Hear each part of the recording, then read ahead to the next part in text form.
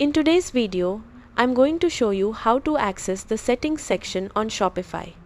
This is where you manage important parts of your store like payments, shipping, domains, notifications, and much more. First, head over to the Shopify website and log into your Shopify account.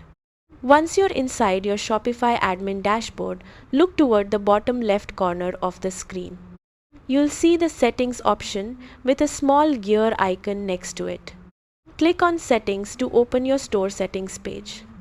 Inside this section, you'll find different options like General, Payments, Shipping and Delivery, Domains, Checkout, Notifications, Users and Permissions, and more. Simply click on any category to customize that part of your Shopify store. And that's it. You've successfully accessed the settings area on Shopify. Thanks for watching.